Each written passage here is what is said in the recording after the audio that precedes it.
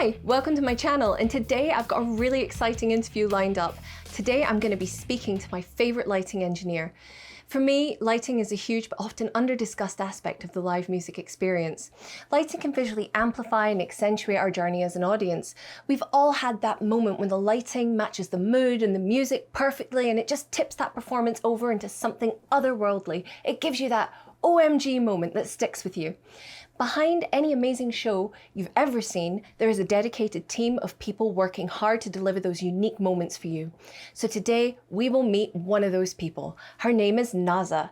Now, Naza is the lighting engineer for goth rock metal band Lord of the Lost. I'm a huge fan of hers, so I'm really delighted she's agreed to speak to me. Without further ado, here's the interview. Hi, thank you for agreeing to speak to me. I'm really honored. I love your work, so this is fantastic for me. And you told me this is your first interview, so I feel very honored. So, question number one. When did you realize that you were really interested in lighting? I went to a show, it was in Hamburg, Markthalle, like 12 or 13 years ago. And the band was Tiamat, and they had like a huge cross made of blinder. And when that thing was on, it was like the whole venue was completely white. You could not see anything. It was just plain white.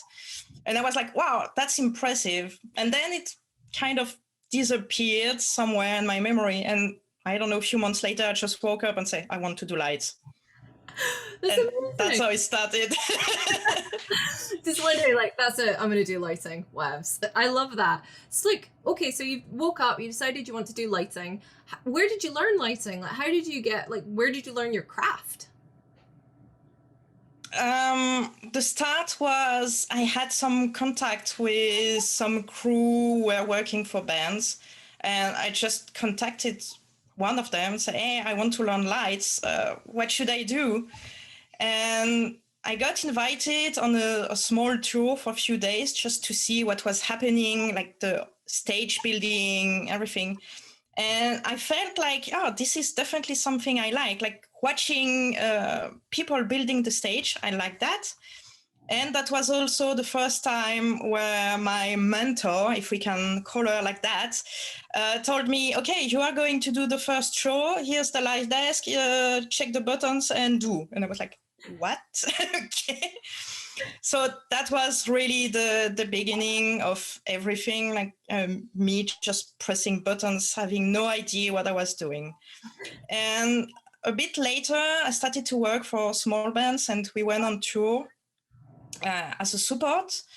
And the light tech from the headliner band just said, hey, if you want to use my desk, we can program something for you and yeah, enjoy.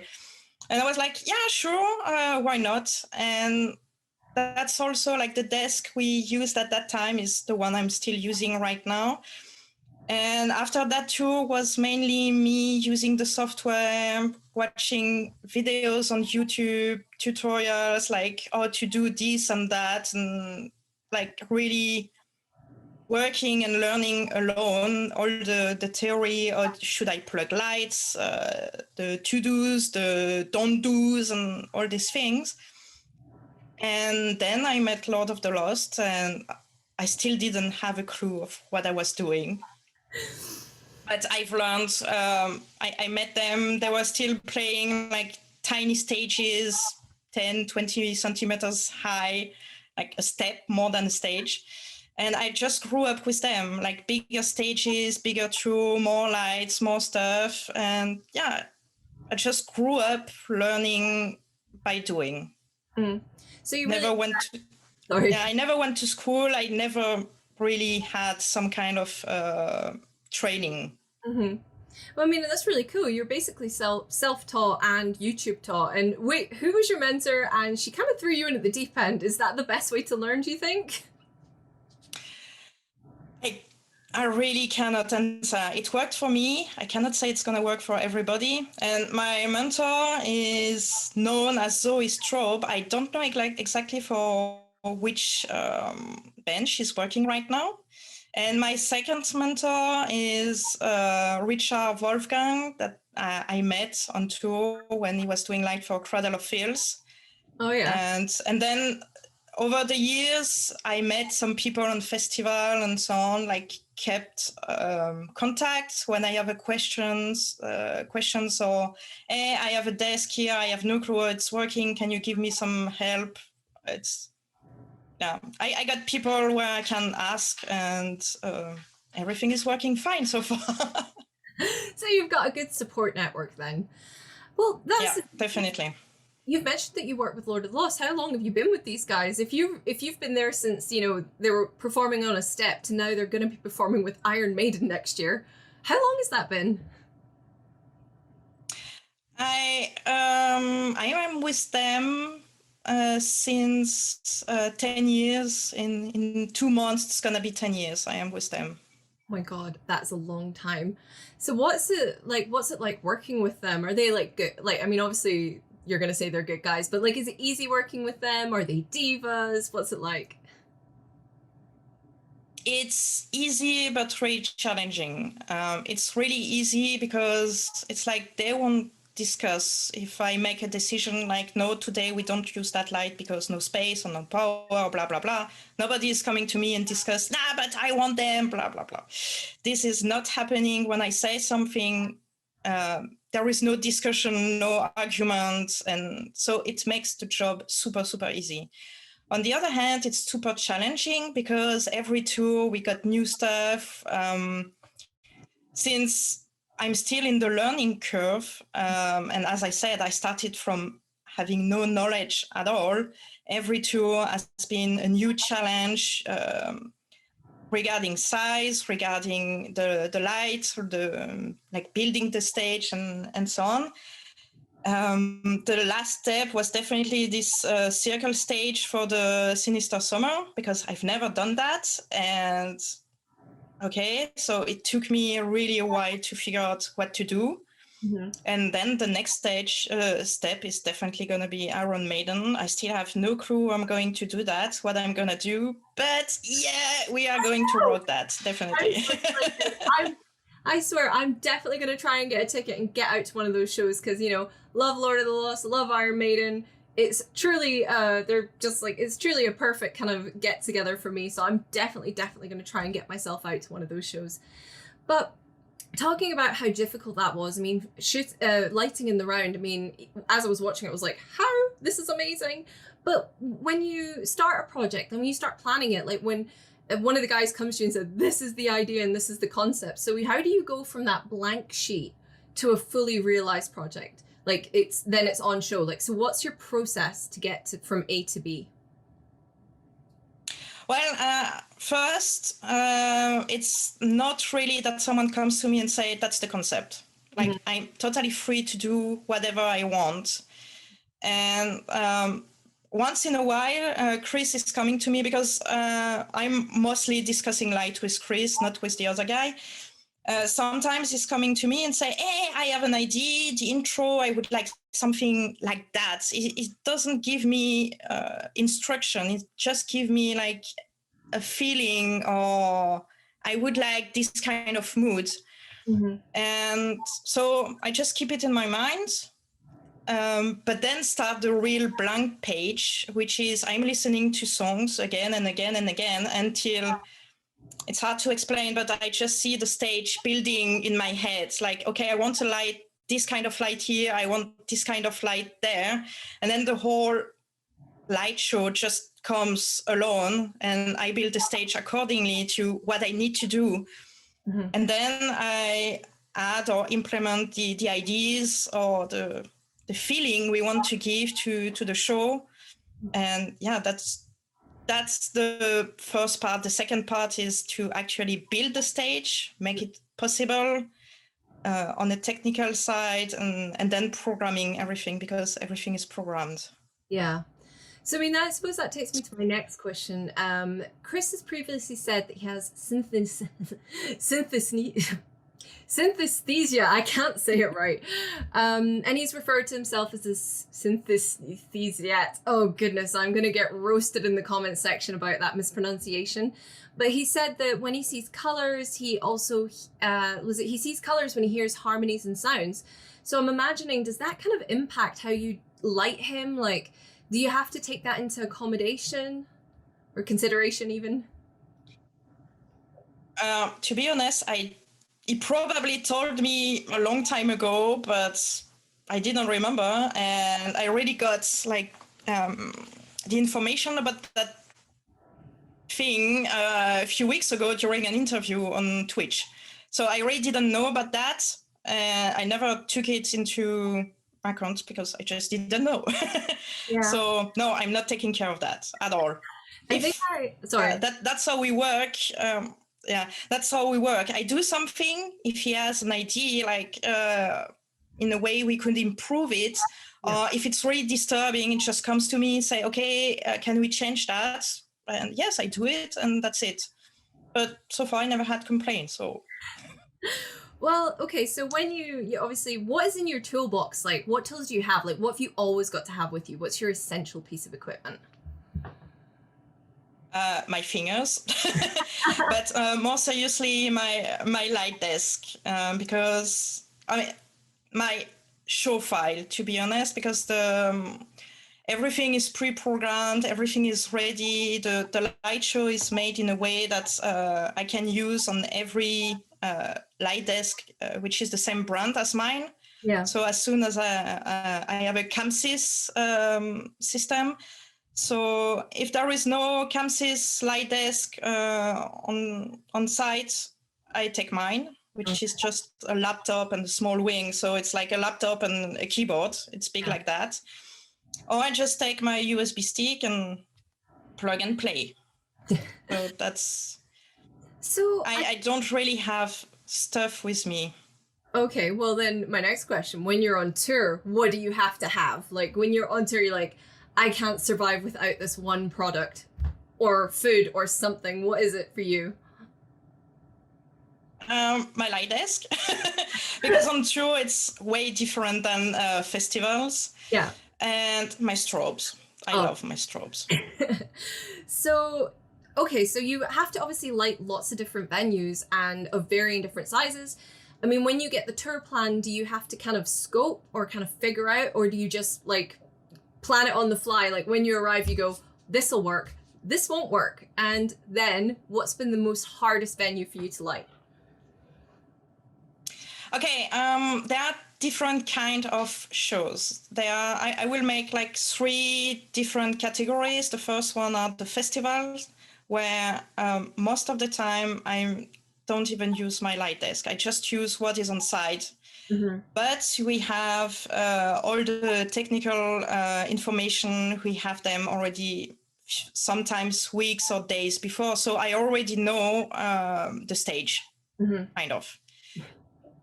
Then comes the headliner tour that we do mainly in Europe or mostly Germany, like what we call the non-flight show, which means we don't take the plane.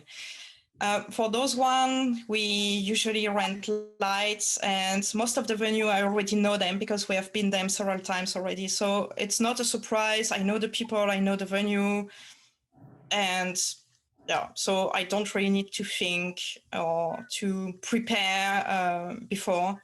Mm-hmm. And then comes the flight show. So that means we take the plane, we travel with really limited equipment. I still have my light desk with me. And then it's on the fly. I stand in front of the stage for 10, 15 minutes, look at everything, and I know pretty much what is going to happen. Also, the show is made to look the same all the time. So that helps me a lot to see, okay, on that stage, it's going to be hard. On that stage, it's going to look amazing. On that stage, okay, this part is going to be like, I have to completely modify my programming because on that stage, it just doesn't work. Okay. And the hardest stages are definitely the small one, because the guys take quite a lot of space. Mm-hmm.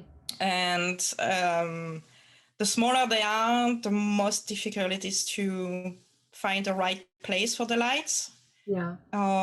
And obviously they also have less lights than the big one. Okay.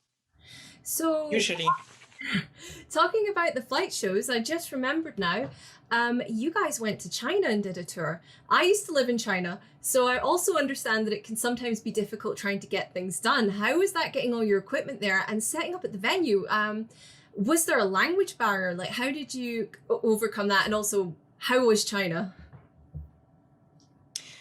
China was a slap in my face in a really positive way. I didn't expect this country to be that beautiful, like all the green, the trees, the grass in the city center, like seeing those huge building and like hurting my neck because I was walking like that for hours.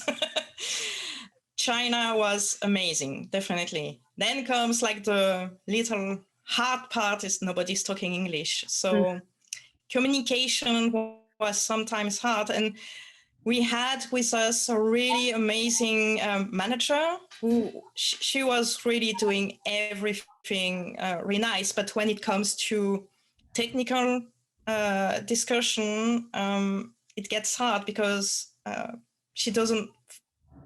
She probably didn't know what I wanted because it's technical stuff.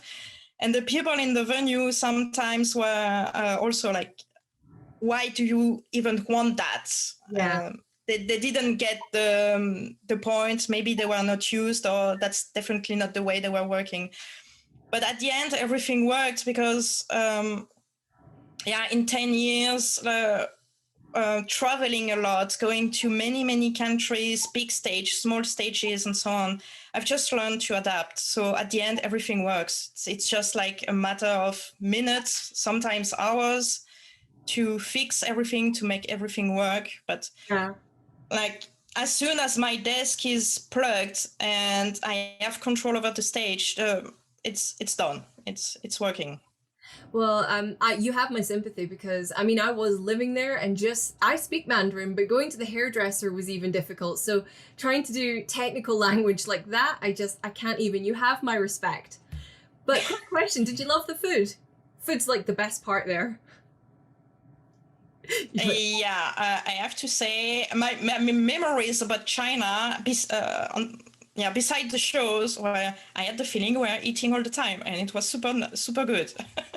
I got fat in China, no joke. Like I was addicted to dumplings and jiaozi, baozi, and some egg dishes, and I couldn't stop eating. But it was so good, it was delicious, and now I'm home, I still miss it. Okay, so the next question I've got is, what out of all the Lord of the Lost songs ever, and there's so many good ones, what has been your favorite to light? So far, I cannot talk about Priest because I haven't seen Priest live on a real stage right now. So aside Priest, I have 3 songs, which are Voodoo Dolls. It's that one. This song is just.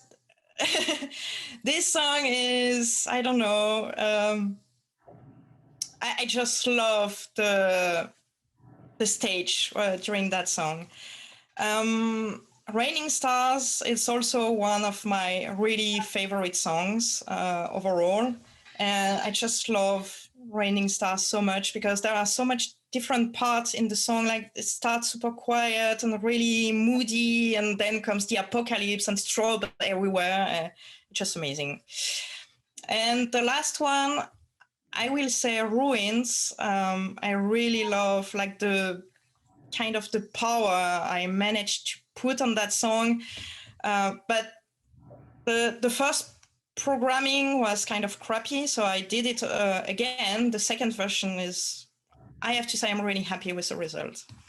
Can I please say, and this is my fangirl moment again, I don't care. I was at the December anniversary shows and see when Raining Stars came on and you did this beautiful sort of raining light, and I have to say People in the audience were crying. People were so moved. And even me, I was like, I still have the video on my phone and I regularly replay it. So I just also wanted to say that was a moment for me, and the lighting played a huge part. So thank you. Fangirl moment over. Right. Thank you. So, like, we've talked a little bit about this, but like when it comes to lighting a live stream and lighting a live show, which is harder and what are the main differences? The stream, like behind cameras, is definitely the hard, really hard. The main reason is that I'm working behind a TV. Mm-hmm. So the colors are not, I mean, they are deformed. They are not the colors that our eyes can see. So I'm always like, did I do a mistake, or is it really the camera? And also the frustration sometimes, because I am trying to have, I'm trying never to have a plain full color. Like it's never full red, it's never full blue. Yeah. I'm always trying to have this kind of fades to other colors. But on the camera, from orange to pink, everything looks red. And from cyan to purple, everything looks blue. So all those effects that look that really puts depth and details in the show that you can see with your eyes, that just disappeared. So it's definitely hard on a live stream, and it's kind of destroyed. Yeah. That said, okay, I lied. Another fangirl moment. There was a moment during one of the songs where you recreated this cathedral light, and I think I mentioned it in my last video where it's like God is looking down and saying, yes, this is amazing. But I thought that was beautiful, so I just wanted to say that again. I swear this is the last fangirl moment, I think. What is the hardest part of your job? Like, what is something people never talk about? Like, for you, like, you think, if only you knew what I'm doing behind the scenes. Oh, that's a hard question, because it really depends on what I have to do. For example, for the Sinister Summer was definitely building the stage. I had no clue, no idea thing for that stage. I knew already weeks before or months before that it would be a round stage. Mm-hmm. And during all that time, it was just like, I have no clue what to do. Until one morning, I called Chris about technical stuff, and we spoke like 15 minutes. And after that, I went, took a shower, and under the shower I was like, oh, maybe I should do that. And then come the idea with like this tower things all around. Mm-hmm. It took me 5 minutes, and 1 hour later I submitted this small demonstration or simulation that you could see on Facebook, like, hey, that's the idea. So I cannot say there are hard parts, because it's mostly like, it's creation. You can have nothing for months, and all of a sudden, poof, everything is there. So you're tired in the shower, basically. Yeah, I mean, I'm programming like pretty much all the time. Like if you see me walking in the street with a headset and you see my finger like that when I'm working, I'm programming. The other like quite hard part, and this is for the headliner tours where we rent some lights extra from the venues, is building the stage and making my setup able to fit small stage, big stage, and still keep a really small amount of light, really small volume, and small budget, of course, because we cannot travel with 30 trucks. So we have our small trailer, and I'm limited in space. I'm limited in weight, because we also cannot take 30 tons with us. Yeah. And limited in money, of course. And that's the hardest part, is to find the really like really which kind of light, which model, which brand is gonna do the job that I need. Yeah.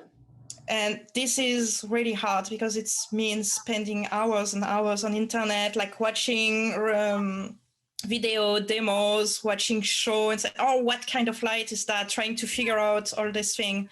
So this is definitely hard and not fun. Yeah, because it's like you're weighing against like cost for this, for that, and it's like trading off in one place. Yeah, that actually must be tough. And you were saying about No Space, and I was like, is that because all of their costumes and makeup is taking up most of this bit? Nah, I'm joking, but still. No, but I mean, they have this. You've seen it during the 10th birthday show. I mean, the drum is taking 3 meters. Then you got Jared on the side. He's taking 2 meters. Yeah. And then we need a little space in the middle, so it's already 6 meters just taking from gear. Yeah. And that means the smallest stage to accommodate the band, like with the normal setup, has to be 6 meters wide, which is not possible all the time. So there is always this kind of friendly fight between Bengt or Benji and me. No, I want my light here. No, but here we need that. No, I want my light here. I mean, it's friendly, but it's every day like that, pretty much. Do you end up just going rock, paper, scissors? No, I mean, we know each other since so much time. It's like nobody's camping his position. We share. Oh, okay. So if I want my light here, but the drum has to be here, we do 50-50. Okay, that sounds really good. So, what I'd really like to ask you about now is there was a huge, like, they've been doing a lot of different merch. Like, the guys have really pivoted during COVID and they've branched out into so many different things. But one thing that really touched me was that they created a one-off 500-piece limited edition Judas box just for you, just to fundraise for you. And Chris said some seriously nice things about you. He said you work extraordinarily hard and you always go to the limit and beyond. So how did that make you feel when that happened? It felt like he was talking about someone else because my real personality is definitely not as described. But I have to say that with them, yes, I am, as he said, that was working beyond the limit and blah, blah, blah. Yes, because I really love what I do with them. I love the fact that I'm free to do whatever I want. Yeah. And it's really a symbiotic relation. We work, I don't work for the band, I work with the band. Mm-hmm. So I don't know, it's easy to go over the limit. And as I said, every new tour or every new concept is a new challenge. And I love challenges. I don't want to be left behind. So yeah, of course, I work hard for that. But I want to say also the support boxes were not made only for me. They were also made to support the band for the charts. It was... The two reason for that box was the shots and to help me, and I'm really super grateful for what they did. Well, the next thing is because they sold out so fast. I was like, you know, I'd been spending ridiculously COVID shopping, and I was like, oh, should I get a box? Should I not? And that little hesitation in that moment, and I was too late to the party. They were all sold out. And you know what I loved though was reading the comments, and the fans were so warm. They were like, we love Naza, she's amazing. So how did that kind of love bombing from the fans make you feel? I think you need to ask the band for that, because they never kept us secret. We are here as much as the band, and the band is definitely telling the people that's our guitar tech, that's our drum tech, that's our light tech. We are not a secret to the fans. And the band managed to make us belong to the family just as much as every band member. So I really appreciate the support coming from the fan, coming from the band, and I have the deepest respect for the band to build that much a loving community, that all the fans, they're just like a big family. And to me, this is really like I would say a huge, like the magic behind Lord of the Lost is this huge, friendly, loving, caring community. Yeah, their community is really strong and super supportive, like more so than other bands that I follow. I've always been overwhelmed by their art, their support, and when things, when COVID started, like about tickets and stuff, they were also understanding. So yeah, I agree with you on that front. So I think, was it my next question? And this is again about the pivot and Corona and changing things up. You've become their Twitch manager. Like, so Yeah. what's the deal with that? Like, is this gonna, like, are they gonna keep up this kind of level of online presence if they can with their crazy schedule next year? But is that it? Are you now also their Twitch manager, production person? Like, is that gonna keep going? I think so, until they find someone who can do it better than me, because it started with me a few years ago already talking, yeah, I'm streaming on Twitch, playing video games. Maybe you should try that, because you could do like interviews like pretty much live, and you could use Twitch for many, many things when you are not on tour. And well, I told them already long before Corona. And when Corona arrived and they started to really take into consideration that Twitch could be a new tool during this crisis, I think in the people they knew, I was the one with the most experience. And yeah, so yeah, I am. Well, okay, so I think this is like my final question. I've already taken up so much of your time. So, for anyone who's looking to get into becoming a light engineer, light designer, what should they do? What is your advice? Never give up. And no, really, never give up. Because when you start, I would say like the hardest part, which was for me real luck, is to find a band that is starting. So don't expect to earn a huge amount of money from the start. If you have a training or go to school and then you got your diploma and everything, then you work for a company and you are a rented person to bands. Which is totally fine.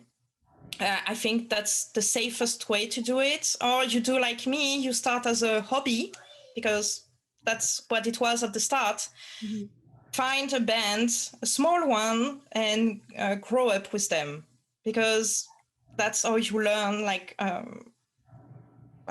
learning by doing and growing slowly. And yeah, so advice is don't give up. And if you are looking for a small band, don't be afraid if someone says no and you got answers like, no, we don't need you, and blah, blah, blah, for years. Because the first time, and that's actually a really nice anecdote, how it started with Lord of the Lost. I went to a show and they were playing as support. And I was like, this band, I would like to do light for them. So a few months later, I went again to another show where they were playing support. And after the show, I saw Chris like crossing among the people, and I catched him and said, hey, are you interested in a newbie light tech? I just started, but maybe you want someone to do light for you.